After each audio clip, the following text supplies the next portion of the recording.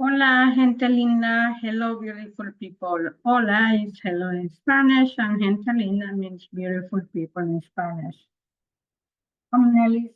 My goal for my YouTube channel is to study the topic for the licensed clinical social worker exam together and share this material with someone who may need it. My email address is learningtogethertobecomealcsw@gmail.com. Just in case you would like to contact me. And here is also my Facebook page, facebook.com learningtogether4LCW. First, I want to share a quote to continue to be inspired and motivated to carry on with this journey. And here's the quote. Let's see if it comes. Okay. When it is on us, seems like the storm will never pass, but it always does, by willing us. Again, when it is on us, seems like the storm will never pass, but it always does. Nice quote. And we are in the human development, diversity, behavior in the environment, which is 24% of the exam. It seems forever that I am in this topic. We're in the topic number 5, theory of racial, ethnic, and cultural development through the lifespan. And here are the links that I am reviewing. And I will post the links of this website below this video. I will also post my email and Facebook page. Thank you for taking the time to watch this video, and don't forget to like and subscribe to my channel if you would like to get more updates on topics related to the LCW exam. Let's not give up. We can do it slowly but surely. Adios, mi gente linda, and many blessings. And we are going to go to the topic that we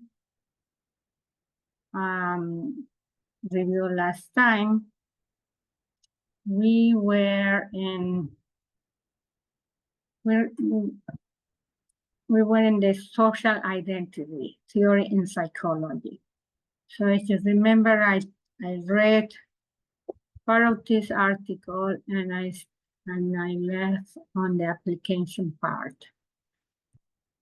It was quite a long article. So let's see how it goes today. So here's the implication. Okay, applications. Reducing prejudice by recognizing the mechanisms that lead to in-group bias and out-group prejudice. Interventions can be designed to foster intergroup understanding and cooperation. Organizational behavior within organizations, understanding group dynamics can be instrumental in team formation, conflict resolution, and promoting corporate identity. Okay. Political and social movement. SIT can provide insights into the formation. And remember, what is SIT? Is social identity theory. So, political social movement, social identity theory can provide insights into formation and mobilization of social and political groups, including understanding factors that lead to radicalization. Social identity theory is useful for political psychologists because it addresses intergroup relations but it has limitations in explaining real-world political identities. Key issues: limiting social identity theory application to politics. Our choice in acquiring identities versus assigned identities. Subjective meaning of identities rather than just boundaries. Gradual strength of identification rather than just existence. Stability or identity over time rather than high fluidity. Social identity theory proposed by Henry Tatchfeld and George Turner in the 1970s posits the individual derived a portion of their self-concept from their membership in a social group. The theory seeks to explain the connective process and social condition underlying intergroup behavior, especially those related to prejudice, bias, and discrimination. Social identity is a person's sense of who they are based on their group memberships. Tagel and Turner proposed that the groups, social class, family, football team, people belong to were important source of pride and self-esteem. Social identity groups can give you a sense of belonging, being part of group and can instill feeling of connection, unity, giving individuals the comforting sense that they are not alone in their experience of perspective. Purpose. Group affiliations often come with shared goals or mission, which can provide direction or purpose to individual members. Self-worth. Affiliating with group can boost self-esteem as individuals derive pride from group achievement and positive group image. Identity. Groups provide a framework to understand oneself in the context of a large community. They can help define who you are based on shared attributes, values, or goals. Stages. Social categorization, social identification, and social comparison. Social categorization. This refers to the tendency of people to classify themselves and others into various social groups based on attributes like race, gender, and nationality or religion. We categorize objects to understand then identify them in very similar way. Categorize people, including ourselves, to understand the social environment. We use social categories like Black, White, Australia, Christian, Muslim, student, and bus driver because they are useful. Categorization helps individuals simplify the social environment, but can also lead to stereotyping if we can assign people to categories that tell us things about those people. Similarly, we find out things about ourselves by knowing what categories we belong to. We define appropriate behavior by referencing the norms of groups we belong to. But you can only do this if you can tell who belongs to your group. An individual can belong to many groups. For example, you categorize yourself as students. Chances are you will adopt the identity of a student and begin to act the way you believe a student act. Social identification. Once individuals categorize themselves as a member of a particular group, they adopt and they identify of that group. This means they begin to see themselves in terms of group characteristics and adopt his norms, values, and behaviors. If, for example, you have categorized yourself as a student, the chances are you will adopt the identity of a student and begin to act in the way you believe students act and conform to the norms of the group. There will be an emotional significance to your identification with a group. Your self-esteem will become bound up with group membership.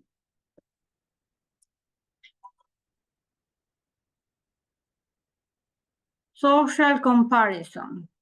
After categorizing, identifying with a group, individuals compare their group to others.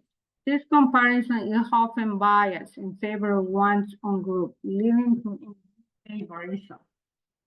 It is critical to understanding prejudices because once two groups identify themselves as rivals, they are forced to compete in order for the members to maintain their self-esteem.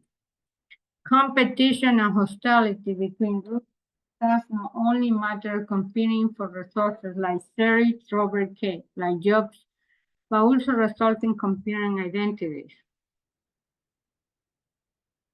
In group us and our groups then, we in the context of social identity theory, the in-group refers to the group which an individual identifies, while out-group pertinent to the group that they don't identify with.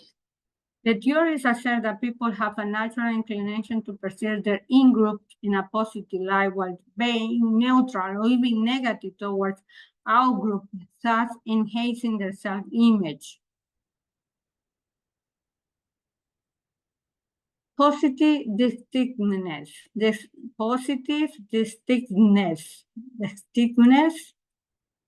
the desire for positive self-esteem will motivate one's group to be perceived as a positively different or distinct from relevant outgroups.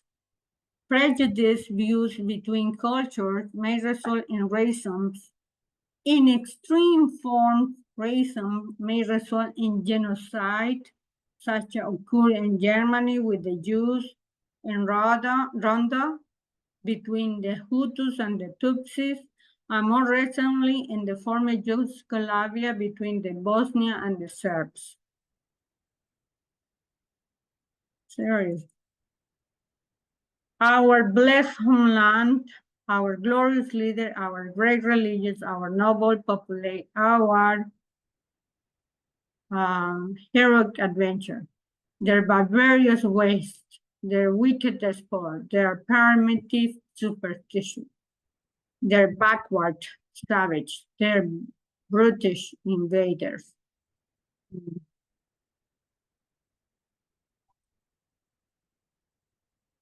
Example of in-group and out-group. It is important to note that in-groups and out-groups are fluid concepts.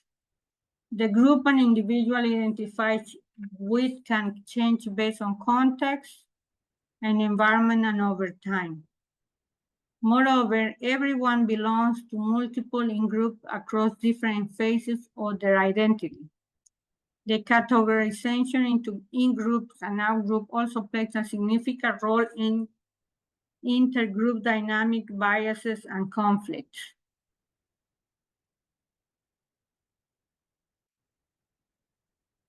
Ethnicity and race.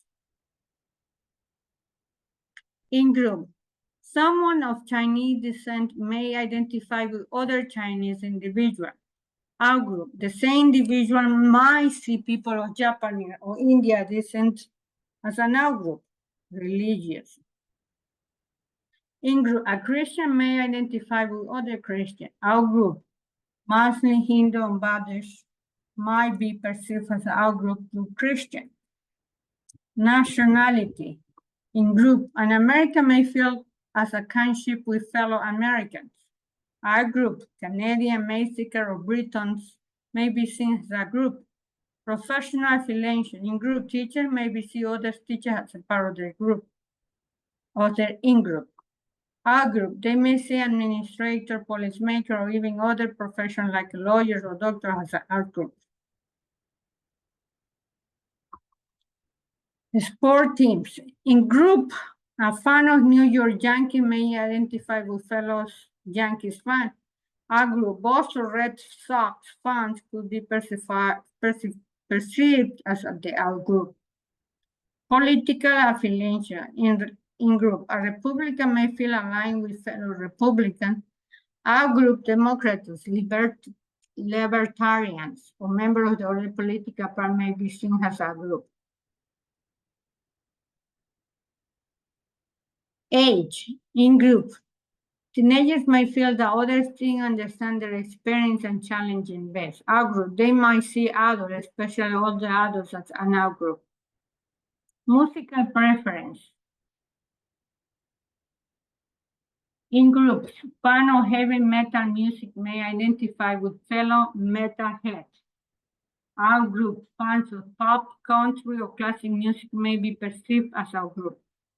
Educational institutions, in group, alumni a particular university may feel a sense of camaraderie with fellow alumni. A group, alumni from rival university may feel it's at a group. Gender and sexuality and sexual orientation. In group, LGBTQ plus individual may feel sense of belonging with others who identify similarly. Outgroup, heterosexual individual or those who are supportive might be perceived as outgroup. Implications. In group favoritism, because individuals seek positive self-esteem, they are inclined to favor and promote their in-group at the expense of out-group. This can manifest in various ways, from simple preference to allocating more resources to in-group members, stereotyping and prejudice by categorizing people into groups. There is a risk over emphasizing similarity within groups and differences between them, leading to stereotyping. Coupled with the natural bias towards one's group, this can foster prejudice against outgroups. Intergroup conflict, when competition or perceived threat exists between groups or when resources are scarce, the dynamic described by social identity theory can intensify, leading to intergroup hostility and conflict. Shifts in group memberships. Social identity theory suggests that individuals feel their current group membership is not providing positive self-esteem. They may either seek to elevate the status of their current group or abandon in favor to another group that offers a more positive identity. Belonging. Being part of a group can instill feeling of connection and unity, giving individuals the comforting sense that they are not alone in their experience perceived. Application. Reducing prejudice by recognizing the mechanisms that lead to in-group bias. An out-group prejudice intervention can be designed to foster intergroup understanding, cooperation, organizational behavior within organization. Understanding group dynamics can be instrumental in team formation, conflict resolution, promoting corporate identity. Political and social movement, SIT can provide insight into the formation and mobilization of social groups, including understanding factors that lead to radicalization. Social identity theory is useful for political and psychology because it addresses intergroup relationship, but it has limitation explaining real-world political identities.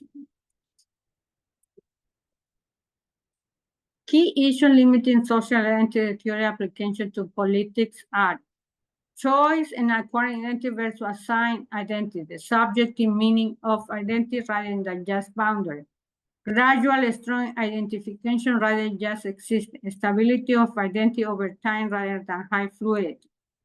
Research priority include studying real-world political identity varying in strength, examining identity formation development, not just consequences, understanding individual differences and adopting identity and investigating the meaning of identity based on value, prototype, balance for member and contract without groups. Critical evaluation.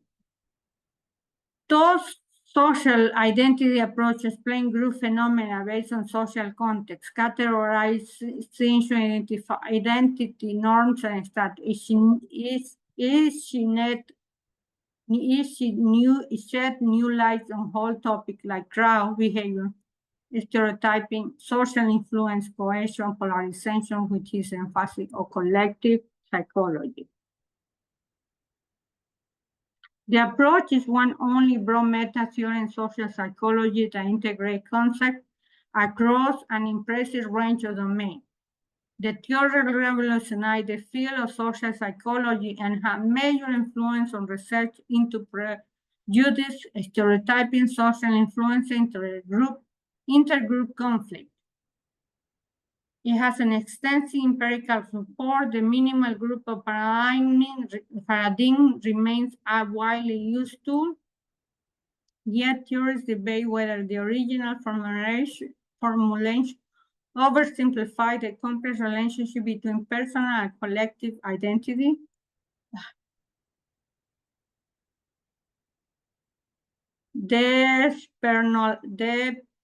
Depersonalization may also be overstated. As a group member accepts diverse opinions, the theory breadth and multifaceted nature make it hard to falsify. Critics argued it focused more on in-group favoritism than out-group negativity, and its a meta-theoretical scope sometimes comes at the cost of precise and testable hypotheses. Recent evolution in the social approach and the social entity approach sought to address some limitations. Theories now embrace more nauseous perspective, acknowledging the interplay between personal and social identity. The self-concept is seen as a fluid with individuals shaping group norm as well as vice versa. Distinctiveness and belongings are recognized as a concurrent human need.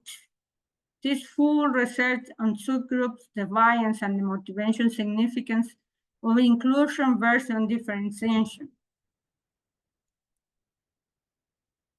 New research also expanded outcome examining to cover emotions, historical memory, and it developed into most inclusive level of human identity, application, proliferated, and justice, leadership, communication, politics, especially organizational psychology.